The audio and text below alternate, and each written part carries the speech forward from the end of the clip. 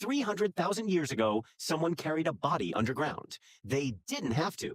No predator was chasing them. No disease was spreading. The person was already dead. And yet, a group of early humans picked up the body of one of their own and walked it deep into a cave system in what is now South Africa. A journey so difficult that researchers believe it required firelight to complete. They left the body there deliberately. That changes everything we thought we knew about ancient humans. For most of the 20th century, scientists believed ritual burial was a recent invention, something that arrived with modern cognition, something civilized.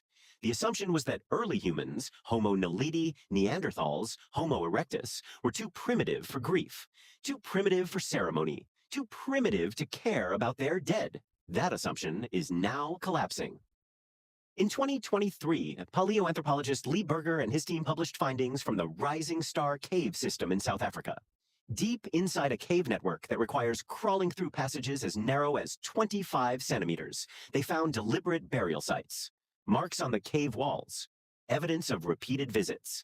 The species responsible was Homo naledi, a creature with a brain roughly 1/3 the size of yours. So what does that mean? It means the impulse to do something with the dead, to not simply walk away, is far older than modern human intelligence. It predates language as we understand it. It predates art. It may predate symbolic thought entirely. Something in the early human brain refused to leave its dead behind. But burial wasn't the only response. Across the archaeological record, ancient humans handled death in radically different ways.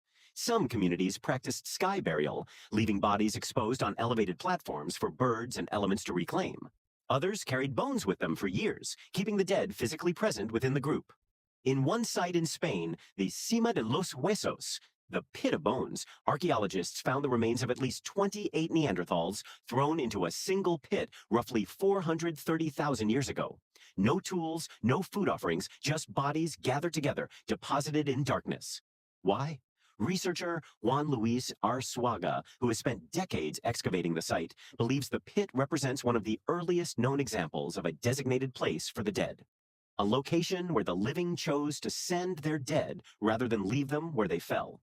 That is a profound act. It requires abstract thinking. It requires the concept of somewhere else, a place beyond the living world where the dead belong. Here is what the researchers keep returning to. Every culture ever studied, without exception, has developed rituals around death. From the most isolated tribes in the Amazon to the ancient Egyptians to modern funeral homes, humans universally refuse to treat their dead as simply biological matter.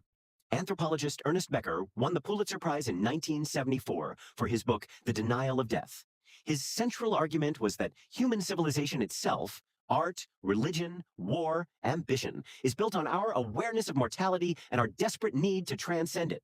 We build pyramids because we know we will die. We write songs because we know we will die. We bury our dead with flowers and tools and food because some part of us cannot accept that the person is simply gone. And here is what makes the Homo naledi discovery so strange and so important. Homo naledi had a brain too small to have had religion. Too small, most scientists believed, for complex symbolic thought. And yet there they were, deep underground, in the dark, doing something with their dead that required planning, coordination, and return visits. They were not burying out of hygiene. The cave was too remote for that. They were not burying out of fear of predators. There were no predators down there. They were burying for a reason we cannot name. A reason that predates the cognitive tools we normally use to explain such things. So what was the first funeral really for? The most current thinking among paleoanthropologists is that death ritual serves the living more than the dead. It creates a boundary, a moment where the group acknowledges that something has changed, that a person who was here is no longer here, and that this matters. Grief in this reading is not a malfunction. It is a social technology. It binds the group together in shared loss. It reinforces the value of each individual life. It reminds the living what they are fighting to protect.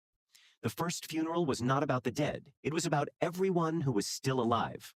300,000 years later, you still do it.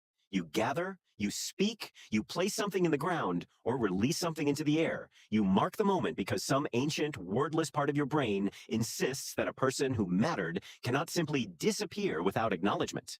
That instinct was not taught to you. It was carried through every generation of every human who ever lived, from a group of small-brained creatures crawling through a dark cave in South Africa, carrying one of their own toward a place where the dead belong. The first funeral happened before we had words for death, and we have never stopped holding them since.